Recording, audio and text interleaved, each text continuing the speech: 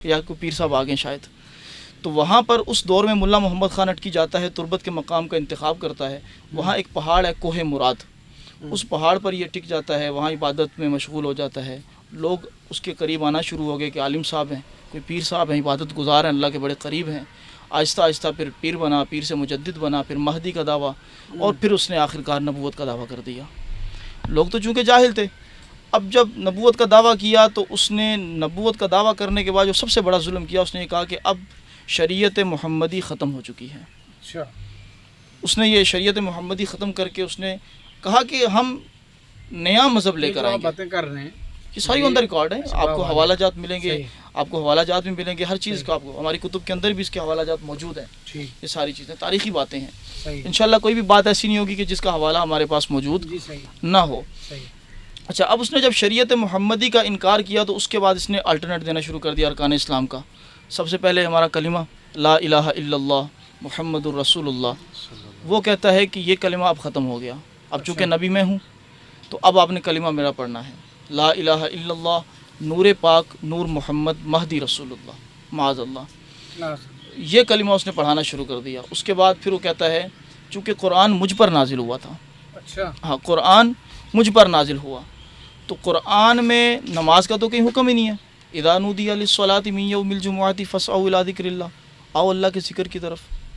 اور آپ کو یہ مولوی کہہ رہے ہیں آؤ نماز کی طرف. نماز کہاں ہے؟ لفظ صلاۃ کا معنی نماز تو بنتا ہی نہیں ہے.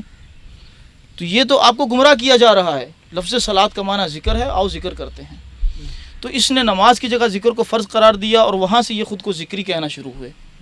پھر آگے بڑھا, پھر کہتا ہے اب ماہ رمضان کے روزے ختم ہو چکے, ماہ رمضان میں آپ پر روزے فرض نہیں ہیں, اب آپ نے ایام ذی الحج کے صرف 9 دن آپ نے روزے رکھنے ہیں, اور یہ 10 ذی الحج کو صبح طلوع آفتاب سے پہلے اپنی قربانیاں کر لیتے ہیں. آج بھی شہر کراچی کے اندر یا بلوچستان کے کئی علاقے ایسے جہاں ذکری موجود ہیں, تو لوگ خود ہمیں بتاتے ہیں کہ ہم کئی بار عید کی نماز پڑھ کے آتے ہیں تو گوشت پہلے آیا ہوتا ہے ہمارے گھر کہ فلاں بندہ دے گیا ہے. تو یہ وہی لوگ ہیں ذکری کہ جن کا عقیدہ بھی یہی ہے کہ وہ طلوع آفتاب سے پہلے اپنی قربانیاں کمپلیٹ کر لیتے ہیں. تو ماہ رمضان کے روزوں کا انکار کر کے ایام ذی الحج کے 9 روزے اس نے فرض قرار دیے. پھر اس نے اس کے بعد زکوٰۃ کا انکار کیا. کہتے ہیں جو مصرف اسلام کا ہے, جو اسلام نے نصاب دیا, وہ اب ختم ہو چکا ہے. اب ہر ذکری پر اس کی آمدنی کا 10% فرض ہے, لیکن فرض دینا کس کو ہے, مصرف کون ہے؟ وہ کہتا ہے کہ آپ پر بیعت کرنا فرض ہے, جو آپ کا مرشد ہے, جو آپ کا پیر ہے, آپ نے اس کو اپنی آمدنی کا سالانہ 10% دینا ہے. یہ زکوٰۃ کا نصاب ہو گیا. اب آئی حج کی باری, تو کہتا ہے ذی الحج میں حج اب نہیں ہوگا, اور کعبۃ اللہ شریف میں جانے کی بھی, بیت اللہ شریف میں جانے کی آپ کو ضرورت نہیں ہے. اب آپ نے حج کرنا ہے تربت کے مقام پر. اچھا. جو کوہ مراد پہاڑ ہے اس کا مطاف بنا ہوا ہے, وہاں پر حج ہوتا ہے. اب یہ لوگ وہاں جا کر, آج تک یہ 450 سال کا عرصہ ہو چکا ہے, اب وہاں جا کر یہ لوگ حج کرتے ہیں. یہ ان کی ابتدا تھی.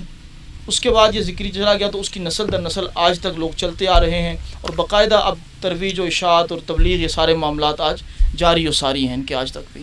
حضرت آپ نے جیسے کہا کہ